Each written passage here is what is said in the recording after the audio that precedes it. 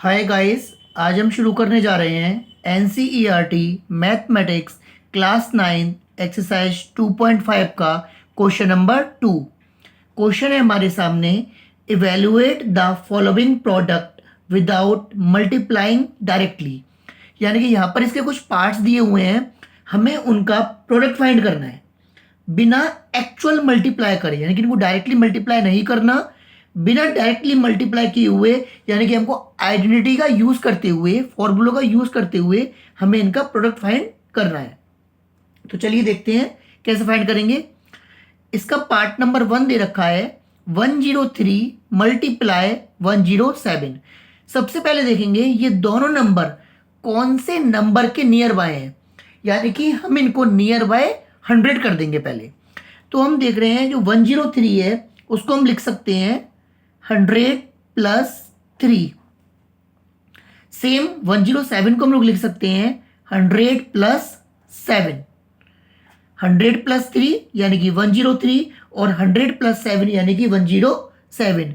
अब यहां पर हमारा बन गया एक फॉर्मूला x प्लस ए एक्स प्लस बी, जो कि हम क्वेश्चन नंबर 1 में भी पढ़ चुके हैं।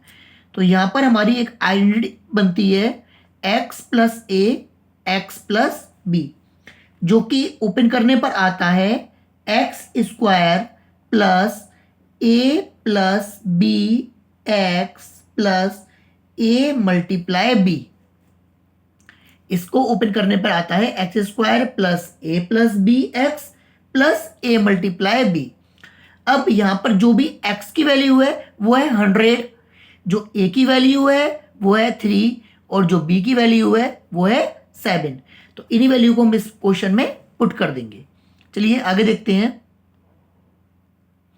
एक्स स्क्वायर है यानी कि x की वैल्यू थी 100, तो 100 का whole square plus a plus b, a की वैल्यू है हमारे पास 3 प्लस b की वैल्यू है हमारे पास 7 मल्टीप्लाई x की वैल्यू है हमारे पास 100 plus a multiply b, a की वैल्यू है हमारे पास 3 मल्टीप्लाई b की वैल्यू है हमारे पास 7। अब आगे सॉल्व करते हैं। 100 का स्क्वायर कैसे निकालेंगे? 100 मल्टीप्लाई 100, ये होगा 100 का स्क्वायर, यानी कि इसमें 4 जीरो है तो हम 1 लगा के 4 जीरो लिख देंगे। ये हो गया 100 का स्क्वायर यानी कि 10,000 प्लस 3 प्लस 7 होते हैं हमारे 10 multiply 100 as it is plus 3 multiply 7 that is 21। आगे सॉल्व करते हैं। 10,000 को हम लोग 10,000 ही लिखेंगे प्लस 10 और 100 का मल्टीप्लाई करेंगे तो आ जाएगा 1000 प्लस 21। आगे सॉल्व करेंगे 10,000 प्लस 1000 यानी कि 11,000 और 11,000 प्लस 21, तो आंसर हमारा आ जाएगा 11,021। यही हो जाएगा इस वाले क्वेश्चन का सॉल्यूशन। इसी क्वेश्चन का पार्ट 2 है हमारे सामने, जिसमें हमको डिजिट दे रखी हैं 95 मल्टीप्लाई 96। अब देखिए ये दोनों ही डिजिट 100 से कम है, तो हम इनको लिख लेते हैं 100 से कितनी कम है? 5 कम है, यानी कि 100 माइनस 5।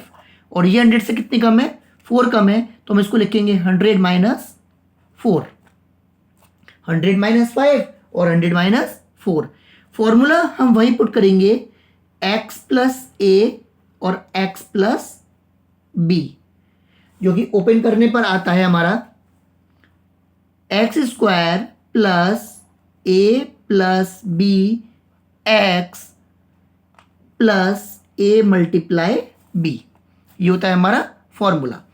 अब यहां पर ध्यान से देखिएगा, जो x की वैल्यू है यानी कि जो भी हमारी x की वैल्यू है वो तो है 100, जो a की वैल्यू है अब वो है माइनस के 5। इसमें हम साइन लेके चलेंगे साथ में, तो a की वैल्यू है हमारे पास -5 और जो b की वैल्यू होगी वो होगी ये, यानी कि माइनस के 4। इससे पिछले वाले क्वेश्चन में a और b दोनों की वैल्यू पॉजिटिव थी, बट इस वाले क्वेश्चन में a और b दोनों की वैल्यू नेगेटिव है। अब इन सभी वैल्यू को इस फॉर्मूले में पुट कर देते हैं। x का स्क्वायर था यानी कि 100 का square plus a plus B, A की वैल्यू है -5 प्लस बी की वैल्यू है माइनस के 4, इसको हमने डाल दिया ब्रैकेट के अंदर। एक्स की वैल्यू है 100 plus A multiply B, A की वैल्यू वही -5 और बी की वैल्यू माइनस के 4। आगे सॉल्व करते हैं। 100 का स्क्वायर यानी कि 10,000 प्लस का साइन लगाएंगे, -5 और -4 को ऐड करना है।